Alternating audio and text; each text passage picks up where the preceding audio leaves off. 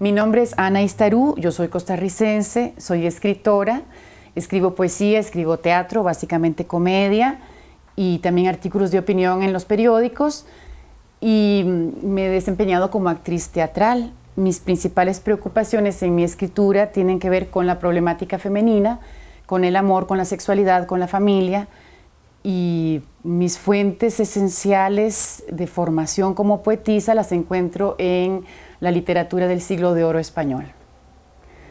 Mi amor por la literatura es como una enfermedad y el contagio me proviene de dos figuras muy significativas de mi infancia. Primero, mi padre, que era ingeniero pero amaba la poesía.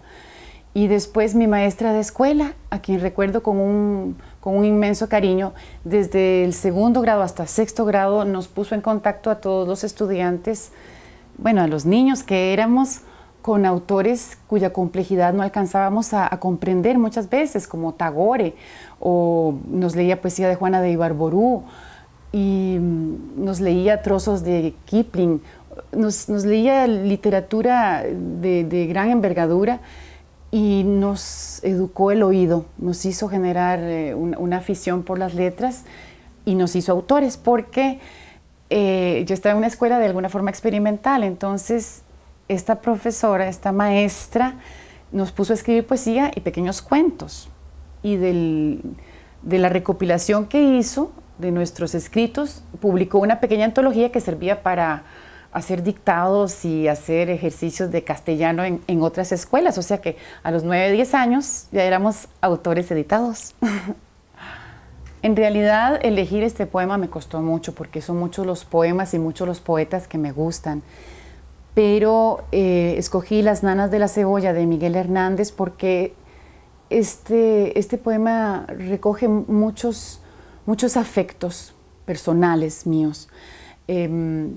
Primero que todo, Miguel Hernández era un pastor de cabras, una persona sumamente humilde y que fue capaz de leer la poesía barroca y de alguna forma recrearla en su cotidianidad.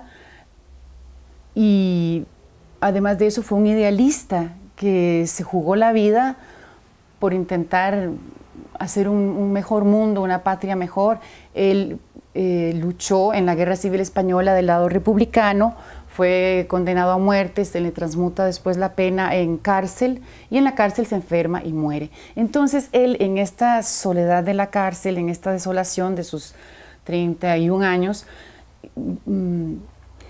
siente tal dolor de no ver a su bebé recién nacido, sino solo recibir noticias a través de las cartas de su esposa, que escribe este poema bellísimo donde encontramos un manifiesto muy inusual de la ternura masculina, de la ternura paternal. Entonces, un hombre que es capaz de amar, un hombre que, es decir, que capaz de derrochar este amor por su bebé, que reivindica a su pareja, que quiere un mundo diferente y que bebe en las fuentes del origen de la poesía clásica española, me enamoró. Yo era adolescente y me atrajo poderosamente. Yo comulgaba con muchas cosas en ese sentido con él. Y además hay una presencia en él de una sensualidad siempre asociada a la ternura, siempre asociada al amor, que también era difícil de encontrar en mi adolescencia y en el momento en que él escribió,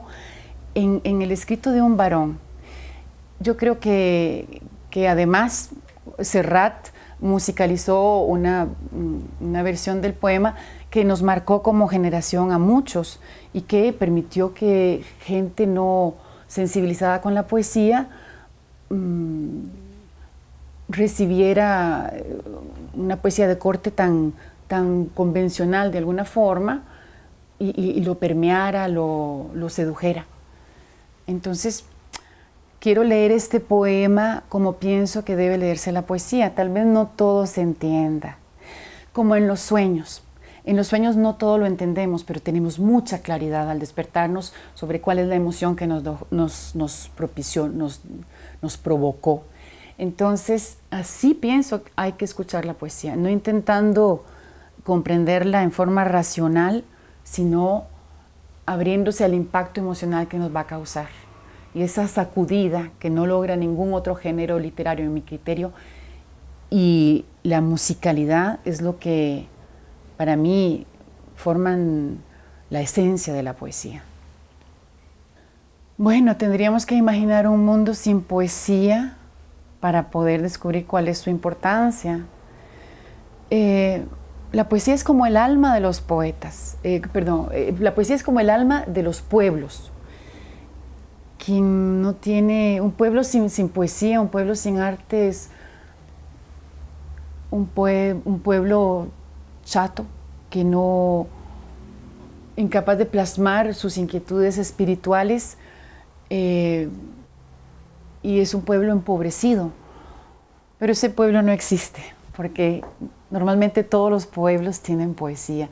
Es una necesidad que perdura a través de los siglos y se encuentra en todas las culturas de alguna forma, nomás sea transformadas con un traje musical, pero siempre existe esta necesidad. Esa pregunta es difícil, no sabría hallar mejor respuesta, porque ese es el detalle con la poesía. Tenemos un acercamiento de otro tipo. No soy yo la llamada a arrojar luz a nivel intelectual. No soy buena teórica. Sí, de alguna forma fue mi alimento durante mucho tiempo, y yo coincido con él en mi admiración por el siglo de oro español, a pesar de que también me nutrí de las fuentes de la poesía conversacional, de la poesía exteriorista, de la poesía coloquial que se daba en América Central y que perdura hasta hoy, cuando yo era jovencita. Entonces, creo que soy un híbrido, soy una mezcla de fuentes muy diferentes. Y tal vez yo llegué a los clásicos españoles, a Quevedo, a Góngora, a Garcilaso, a Fray Luis de León, a través de la lectura de Miguel Hernández. O sea, una cosa me llevó a la otra. Entonces, hay además un tema recurrente que es el amor. Y el amor, un amor no torturado, un amor pleno, un amor como en estado de gracia, con el que de alguna forma yo también me identifico. Bueno, ya en un plano meramente personal, lo primero que me permitió la poesía fue enamorar a mi papá, porque mi papá quería que yo escribiera, ya que él era un ingeniero y economista, pero un poeta de alguna forma frustrado. Entonces él, con un gran afecto, con un enamoramiento también, empezó a enseñarme sus poetas preferidos, Lorca, Neruda, sobre todo Rubén Darío, y teníamos nuestra complicidad intelectual, pero estoy hablando de que yo era una niña de 8 años, o sea, nomás pude empuñar el lápiz, ya papá empezó a leerme poesía en serio, y me daba un cursillo de literatura, de poesía clásica, en el que yo aprendí la estructura del soneto, en que yo aprendía a versificar, yo aprendía a medir las sílabas métricas de un poema. Entonces yo relaciono la poesía con el amor a mi papá, y durante mucho tiempo, cuando escribía para él, estuviéramos en el mismo país o no. Él era como mi interlocutor afectivo e intelectual. Entonces, eso me brindó una gran seguridad en la vida. Me brindó grandes momentos de gozo, porque quien haya tenido un bebé o se haya enamorado por primera vez sabe que eso desencadena una emoción muy fuerte. Cuando uno escribe un poema, al menos yo, me siento como que hubiera parido un recién nacido o estuviera perdidamente enamorada de alguien, por lo menos por 3 semanas. Uno lee el poema y dice, ¡oh, es una maravilla! ¿Cómo pude escribir algo? Después de las 3 semanas, ya uno, como en el matrimonio, empieza a ser más realista y a ver los defectos. Pero esas 3 semanas son estupendas. Y finalmente, pues cuando uno trabaja ya más conscientemente, más terrenamente lo que escribió, pues algo queda que también le puede brindar satisfacción. Y cuando uno percibe en el espectador o en el lector esa misma reacción de gratificación, de placer, de gozo, es un logro impresionante, es una satisfacción, una emoción muy fuerte. Entonces, alguna vez escribí que no es importante ser el mejor poeta, ni escribir para recibir grandes premios, ni para trascender a lo largo de los siglos. Somos escritores en un país y cada uno tiene su voz y su acento diferente, formamos un mosaico. Y cuando alguien escribe, está haciendo una mejor patria, está contribuyendo con lo que escribe a generar hambre de belleza en los demás, está transmitiendo, inventando un mundo que no existía antes, no más sea un mundo sonoro, sensorial, un mundo espiritual. Por eso poesía significa creación, del griego, y es cierto, es inventar algo que no existía antes. Entonces, creo que los poemas que escriban los adolescentes, como el poema de amor o de despecho, o el poema de subversión que escriba alguien y que no sea un poema perfecto, no por eso es menos válido o menos legítimo. Yo creo que la poesía es un don que tenemos los latinoamericanos, como otros pueblos, como el pueblo árabe. Hay pueblos en los que la tradición pervive. Nuestros jóvenes cantan boleros y ahora cantan sonetos con las canciones de Malpaís y no lo saben, pero son sonetos. La poesía creo que goza de buena salud y seguirá viva mientras tenga cosas que decir a la gente. Y el amor, la muerte, la vida, son temas eternos que no se agotan. Cada generación va a aportar su nuevo punto de vista y cada generación aportará su nueva manera de entender y de crear la poesía. Nanas de la cebolla, de Miguel Hernández. Dedicadas a su hijo a raíz de recibir una carta de su mujer en la que le decía que no comía más que pan y cebolla.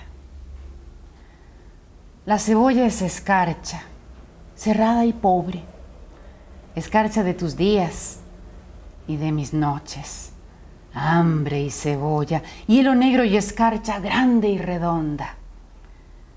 En la cuna del hambre mi niño estaba, con sangre de cebolla se amamantaba, pero tu sangre, escarchada de azúcar, cebolla y hambre. Una mujer morena resuelta en luna se derrama hilo a hilo sobre la cuna. Ríete, niño, que te traigo la luna cuando es preciso. Alondra de mi casa, ríete mucho. Es tu risa en los ojos la luz del mundo. Ríete tanto que mi alma al oírte bata el espacio. Tu risa me hace libre, me pone alas, soledades me quita, cárcel me arranca. Boca que vuela, corazón que en tus labios relampaguea. Es tu risa la espada más victoriosa, vencedor de las flores y las alondras, rival del sol, porvenir de mis huesos y de mi amor. La carne aleteante, súbito el párpado, el vivir como nunca coloreado, cuánto jilguero se remonta, aletea desde tu cuerpo. Desperté de ser niño, nunca despiertes, triste llevo la boca, ríete siempre, siempre en la cuna, defendiendo la risa pluma por pluma. Ser de vuelo tan lato, tan extendido, que tu carne es el cielo recién nacido. Si yo pudiera remontarme al origen de tu carrera. Al octavo mes ríes con 5 azahares, con 5 diminutas ferocidades, con 5 dientes como 5 jazmines adolescentes. Frontera de los besos serán mañana, cuando en la dentadura sientas un arma, sientas un fuego correr dientes abajo buscando el centro. Vuela, niño, en la doble luna del pecho, él triste de cebolla, tú satisfecho. No te derrumbes. No sepas lo que pasa, ni lo que ocurre.